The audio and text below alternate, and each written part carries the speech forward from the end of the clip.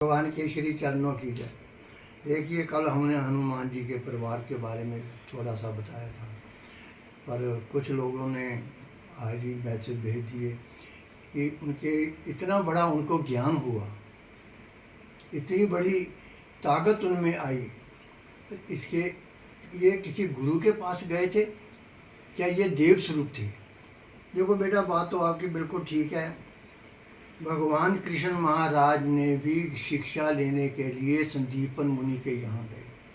भगवान राम महाराज भी शिक्षा लेने के लिए वशिष्ठ जी के यहाँ गए, तो हनुमान जी भी गए। वैसे हनुमान जी के दो गुरु थे, एक सूर्य देवता। अब देखिए, सूर्य देवता को आपसे कुछ नहीं चाहिए, आप नमस्कार करो ना करो, जो मर्जी करिए, ऐसा नहीं है कि आपसे कुछ चाहिए। उन्हें कुछ नहीं चाहिए आपसे। आप जो उनको समर्पित भी करते हैं वो उन्हीं का दिया हुआ है।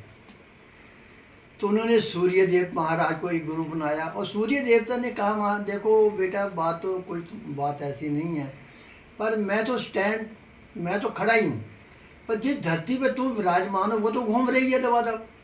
अब कैसे शिक्षा लोगे?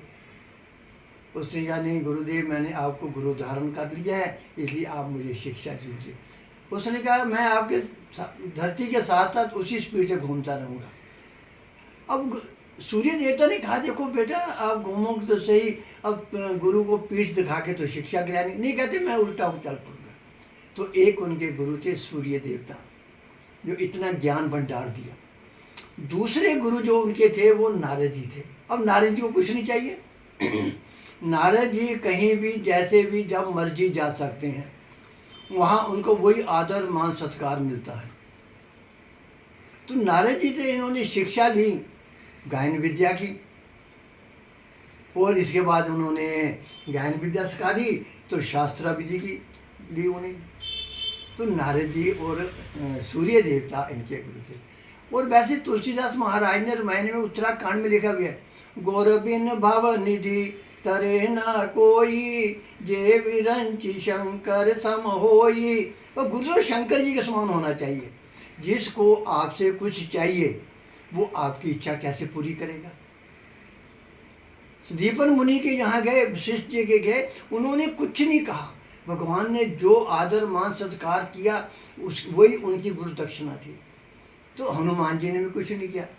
अब हनुमान जी की अपनी अभी चंचलता स्वभाव था इनका, इनको थोड़ा सा शरारतें करनी पड़ी, ऋषि मुनियों के चीज़ों को अरे उरे कर देना, ये कर, ऐसे काम करते रहते थे।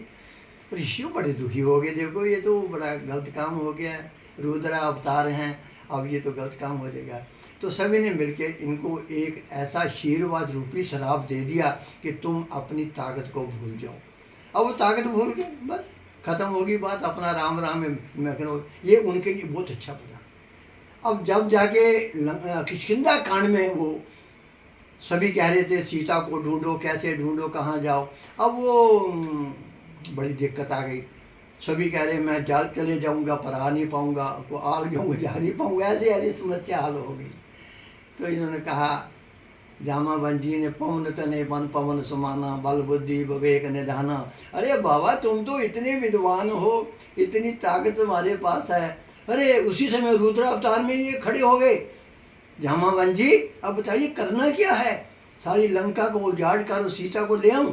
ना ना ना, कहते भाई ये काम नहीं करना तुमने, ये आपका काम नहीं है, ये काम प्रभु के शुभ हाथों से होना चाहिए।